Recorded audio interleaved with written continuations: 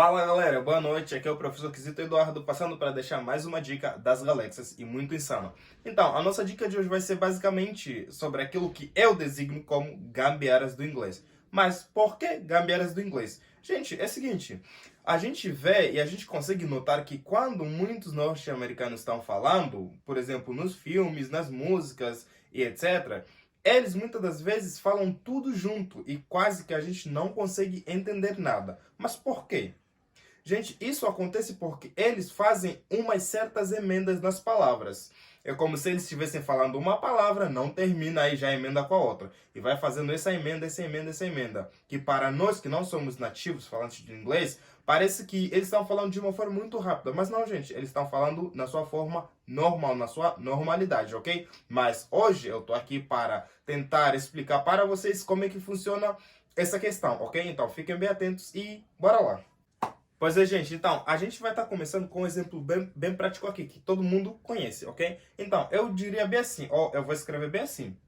What are you doing? What are you doing? Gente, será que os norte-americanos iriam falar desse jeito? Claro, né? Alguns falam desse jeito, mas na maioria das vezes, tipo, na normalidade do inglês, não falam desse jeito. Eles diriam basicamente assim. What are you doing? What are you doing? Essa é a normalidade. Gente, aqui não existe nenhuma velocidade. Apenas existe as gambiarras que eu falo, ok? Emendando uma palavra na outra, ok? Então, eu vou dar mais um outro exemplo aqui só para vocês terem noção do que eu tô falando. Então, eu diria, por exemplo, I want to help people, ok? I want to help people. Eles não falam desse jeito. Como vocês podem notar, existe aqui a palavra help, ok? Que termina com um P, uma consoante.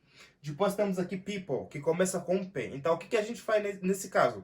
A gente anula um P e só usa um único P, ok? Que fica assim, help people, ok? Help people. Quando a gente fala, a nossa boca dá uma impressão de que a gente falou o P. Mas é como se fosse um P mudo, no caso, ok? Por isso que fica help people, ok? Então, vou dar mais um outro exemplo. Eu diria bem assim, I am in love with the shape of you, ok?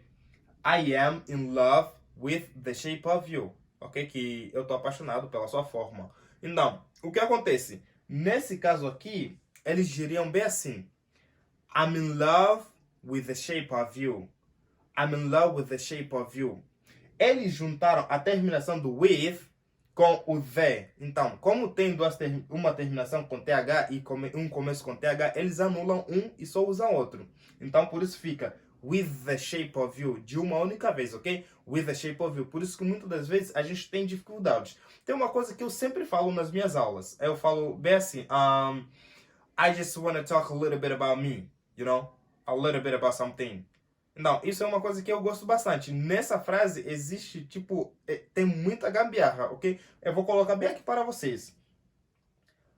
I want to talk a little bit about me. Vocês estão entendendo? Mas quando eu vou falar, eu não falo desse jeito. Eu digo, I want to talk a little bit about me.